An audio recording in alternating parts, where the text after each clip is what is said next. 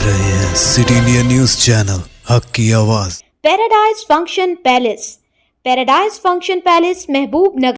मंगल के रोज चेवेल्ला में मुनाकिदा जना यात्रा सभा में तेलंगाना चीफ मिनिस्टर रेवंत रेड्डी ने साबिक चीफ मिनिस्टर केसीआर के खानदान को सख्त तनकीद का निशाना बनाया। चीफ मिनिस्टर रेवंत रेड्डी ने बीआरएस पार्टी के वर्किंग सदर केटीआर से सवाल किया कि आने वाले पार्लियामान इंतखाबात में एक सीट जीत कर बताएं। उन्होंने कहा कि तुम आओगे या तुम्हारे वालिद केसीआर आएंगे। हमारे कारकुन ही बेटे और बाप को देख लेने का इंतबाह दिया।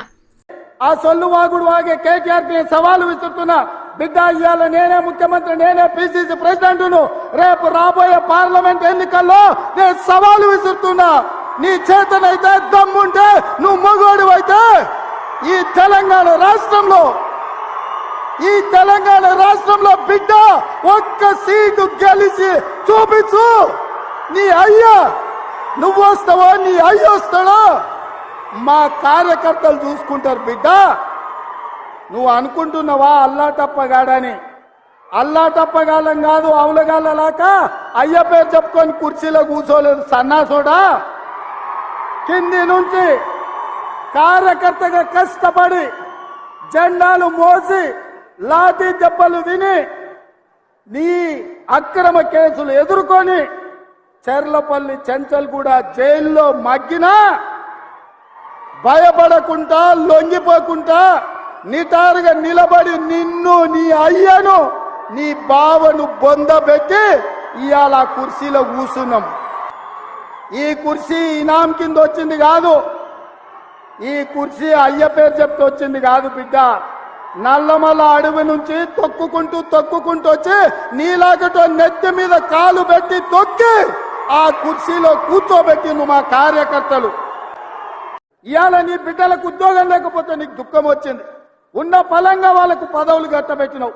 మరి 10 ఏళ్ళు పెళ్లిళ్ళు కాకుండా ఉద్యోగాలు లేకుండా పేదోళ్ళ బిడ్డలు రోడ్ల మీద వీధులు ఎంబడి నిరుద్యోగులుగా తిరుగుతూ చెట్లకు ఉరేసుకొని చచ్చిపోతుంటే నువ్వు మనిషివా, మానవ రూపంలో ఉన్న మృగానివా కేసీఆర్? నువ్వు ఏ ఒక్క రోజైనా ఆ పేదోళ్ళ బిడ్డల గురించి ఆలోచన చేసినవా?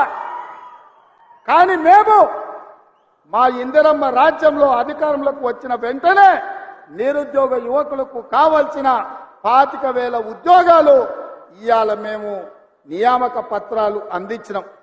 మార్చి 2 నాడు మళ్ళొక 6-7 ఉద్యోగాలు ఇవ్వబోతున్నాం. గ్రూప్ 1 పరీక్షల్ని నోటిఫికేషన్ ఇచ్చినాం.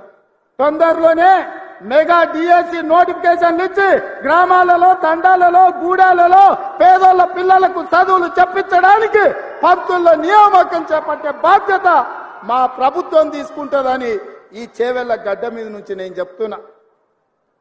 ఇవాళ నువ్వు ఉన్నప్పుడు పరీక్ష పత్రాలు జిరాక్స్ సెంటర్లలో పల్లి బఠానీల్లాగా అరాజు పెట్టి అమ్ముతుంటే సిగ్గులేనోడా? ఏ ఒక్క రోజైనా దద్దమ్మల్లో ఆ దొంగల్ని అరెస్టు చేసినవా?